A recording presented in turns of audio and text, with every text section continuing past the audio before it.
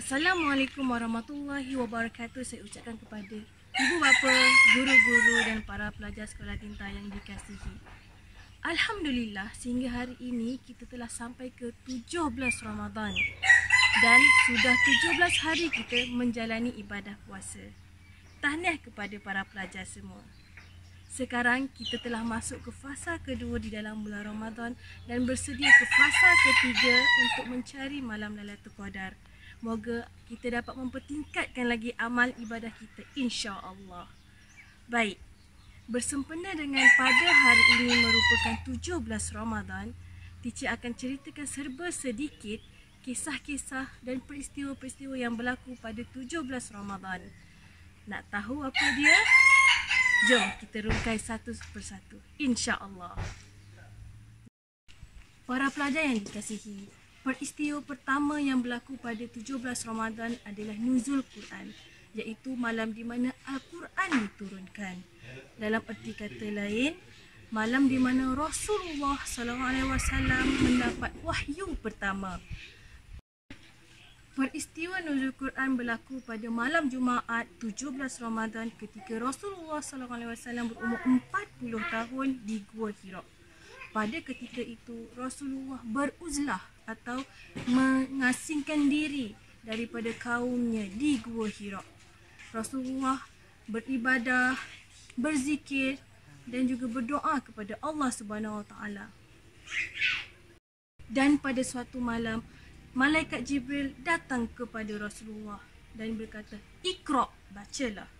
Dan Rasulullah menjawab, "Aku tidak tahu membaca."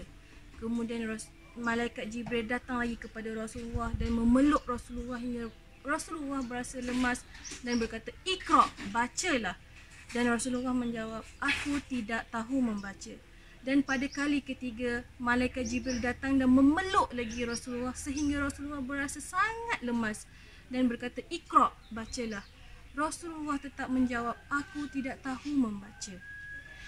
Para pelajar yang dikasihi, pernahkah anda mendengar potongan ayat ini? A'udzubillahi minasyaitonirrajim. Bismillahirrahmanirrahim. Iqra' bismi rabbikal ladzi khalaq, yang bermaksud bacalah dengan nama Tuhanmu yang menciptakan. Surah Al-Alaq ayat 1.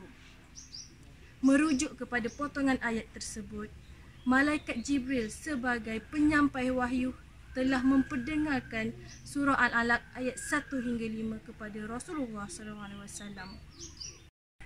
Untuk pengetahuan para pelajar sekalian, Al-Quran merupakan mukjizat terbesar Nabi Muhammad SAW yang masih kekal sehingga hari ini untuk dijadikan pedoman dan panduan hidup umat manusia.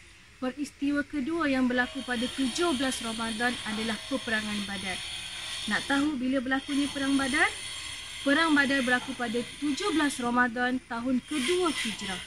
Pada ketika itu, tentera Islam seramai 313 orang menentang melawan tentera musuh musyrikin Mekah yang berjumlah 1000 orang. Jelas kita dapat lihat bahawasanya tentera musuh jauh lebih ramai daripada tentera Islam. Sedangkan pada waktu itu, tentera Islam sedang berpuasa. Cuba kita bayangkan betapa hebatnya mereka, betapa tingginya keimanan mereka, betapa tingginya tahap kesabaran mereka, betapa sungguh bersemangat mereka menentang musuh dalam keadaan mereka sedang berpuasa. Untuk pengetahuan para pelajar sekalian, tentera Islam mendapat kemenangan yang besar di dalam peperangan Badar. Cuba anda bayangkan, dalam jumlah tentera yang sedikit, 313 orang melawan 1000 orang tentera, dan dalam keadaan mereka berpuasa, mereka mampu mendapat kemenangan yang hebat. Betapa hebat mereka, bukan? Masya Allah. Sedangkan kita pada hari ini di bulan Ramadan, apabila ibu atau bapa kita meminta pertolongan, kita mengeluh dan memberi pelbagai alasan. Kita letih di bulan puasa, lapar, dahaga kerana berpuasa, untuk mengelak daripada menolong ibu bapa. Sedangkan umat Islam sanggup berjuang menentang tentera musuh untuk menegakkan agama Islam, agama Allah. Betapa tinggi semangat mereka.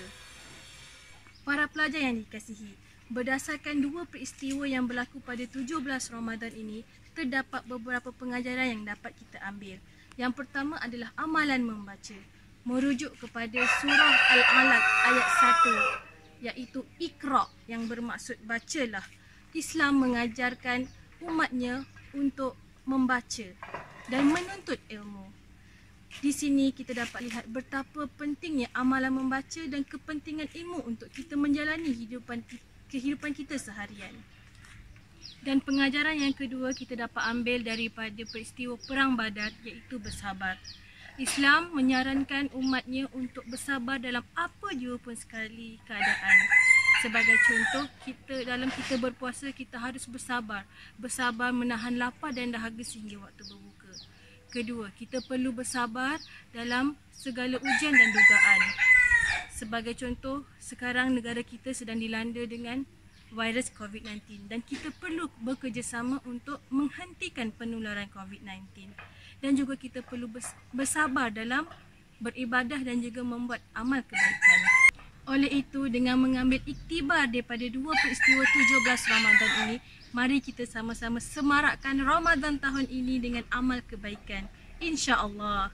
Wabillahi taufiq wal hidayah. Wassalamualaikum warahmatullahi wabarakatuh.